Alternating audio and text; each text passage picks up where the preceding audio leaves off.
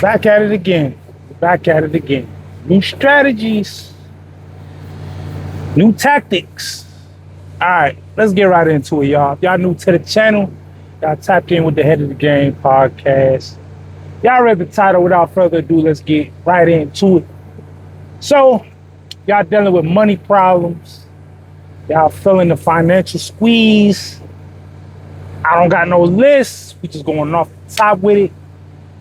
But these are my strategies on having recession-proof tactics with your finances to be able to weather the storms of what y'all going through. Now, like I said, gotta put this out there, this disclaimer, I'm not a financial advisor.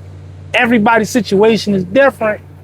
So make sure you do your due diligence for your specific situation. But if any of these apply, then hey, this is my gift from me to you. So let's get right into it. All right, so number one. Yeah, they say put down a budget, right? I'm gonna keep it 100 with y'all. I don't have a budget, right? I don't got no ratio of, oh well, due to my net income or what I gross consistently, $35 out of this, out of every 100 could go to this, it'll go to that. I mean, hey, do whatever works for you. If you have the discipline to keep in the back of your mind just that clock or that calculator to be like, all right, this is my threshold, and you can feel it in your gut when you're starting to go past that threshold of how much you should be spending, right? But if you used to living paycheck to paycheck, something like that probably won't come to mind as easy, right? So I would say that you at least want to have an idea of your income and your outcome, meaning like how much you bringing in, how much is left over after all expenses paid, right? And if it's trending in a net positive, then that means your ratio, and this would be like a soft ratio, is trending in the right direction, right? So each month, you should have more money than what you had the last month. Now look, this is why I don't have a hard budget, right? Because hours may be volatile. Life itself is volatile.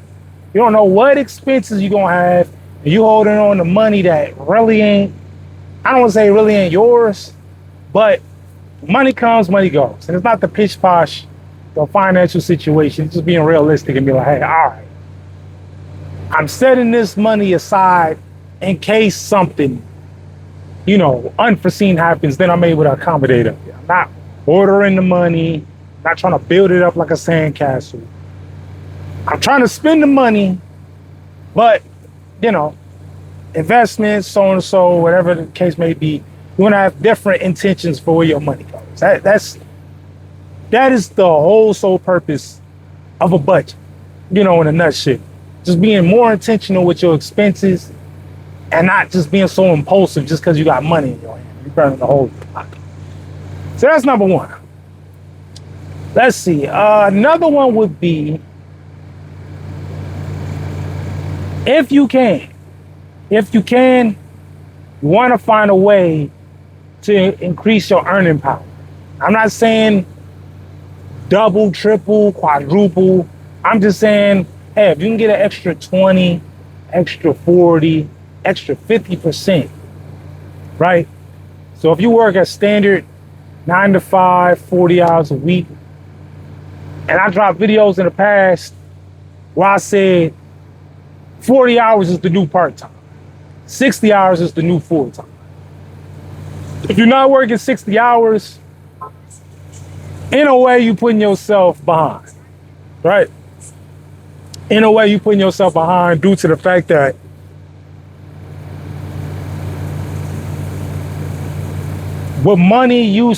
how powerful money used to be in the economy is now diluted.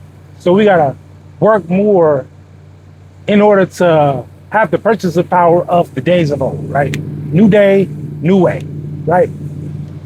So yeah, increasing your income, increasing your earning potential definitely can hedge against the new inflationary environment that we're dealing with right now, whether that's gas prices, whether that's diesel, and diesel affects every aspect of the economy, especially services and goods, because you gotta pay extra surplus for the vehicle, such as this one to get there.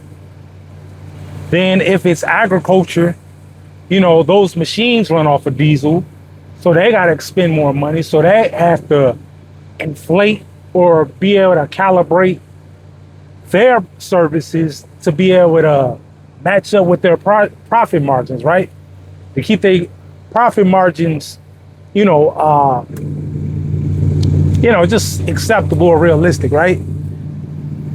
So yeah, earning potential if you can. Now, don't burn yourself out. Don't go out your way. Do nothing that's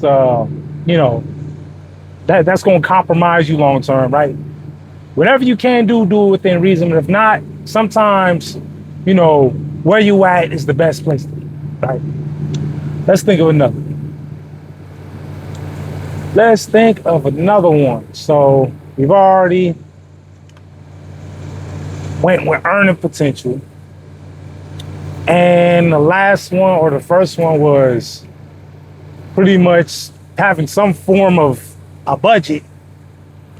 Another one would be is cutting back on distractions and subscriptions, right?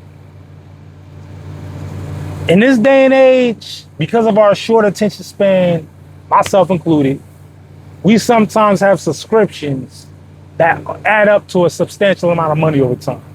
Amazon Prime, Netflix, Hulu, HBO Max, Uber Eats One or Uber One or PlayStation Plus, whatever the case may be. All in all, these, when you listen to investments and be like, oh, compounded interest, that's pretty much what subscriptions are. Compounded interest on your earning power, just because it's out of sight, out of mind. It comes out of your account. Sometimes it's on a payment plan, and you already got light bill, phone bill, rent, car note, insurance. That already is a given just to live a regular, basic lifestyle, right? So you got these subscriptions, you feel me? It could be in a space where you're living above your means. Now, if you got the surplus of income, be able to afford that, and that's not really changing up your situation, then cool, but I can't really say that for most, because most of us, include myself to a certain extent, is living paycheck to paycheck, right? So, and I'm gonna add one more for y'all, and then I'm done with this video. Let's see. I would possibly, I'm gonna make this a mixed one, right? I ain't finna short y'all, right? But I do want to say acquiring liabilities, and this kind of goes towards the last point, but I'm gonna have a little twist to it, right? So that means getting supercars, buying crazy shoes and things of that. Like, the only assets, the difference between an asset and a liability is how it appreciates, right? So if you have an asset, it's an appreciating asset over time, meaning that if you buy shoes as a collector's item and then you're able to resell them on the market because they hold a certain value due to rarity or, limited edition, so on and so forth, cool. Same thing with cars. If you're a car collector and you buying specific vintage cars, that's cool. That's one thing. But for the most part, I'm just talking about materialistic liabilities that's putting a strain on your overall situation. Coupling that up with just lifestyle creep, right? So if we on the internet looking at other people's lifestyles, they having a blast, you feel me? I would just sit up there and say, hey, is that on top of vices and things that's pulling you away from being the best you every day? So if you're a person that can't wake up at 5, 6, 7 in the morning, I'm not really a morning person, so I'll be fighting my sleep or fighting to get out of my sleep in order to start my day. Not to say I indulge in anything specific, but what could help have an advantage towards taking on your day is the earlier you wake up, the more you can get done, the more productive you are, right? So I just say all that to say is that these are my strategies, things that I've implemented personally. And like I said again, I'm not telling anybody what to do. You feel me? If the shoe fit, wear it. Hit dogs, holla. Any kind of saying you want to put towards that. Pretty much, this is what I'm doing, and I hope it definitely helps y'all as well. With that being said, comments, thoughts, leave those below. Like the video. Most importantly, and last but not least, subscribe to the channel. More videos on the way. I'm up out of it.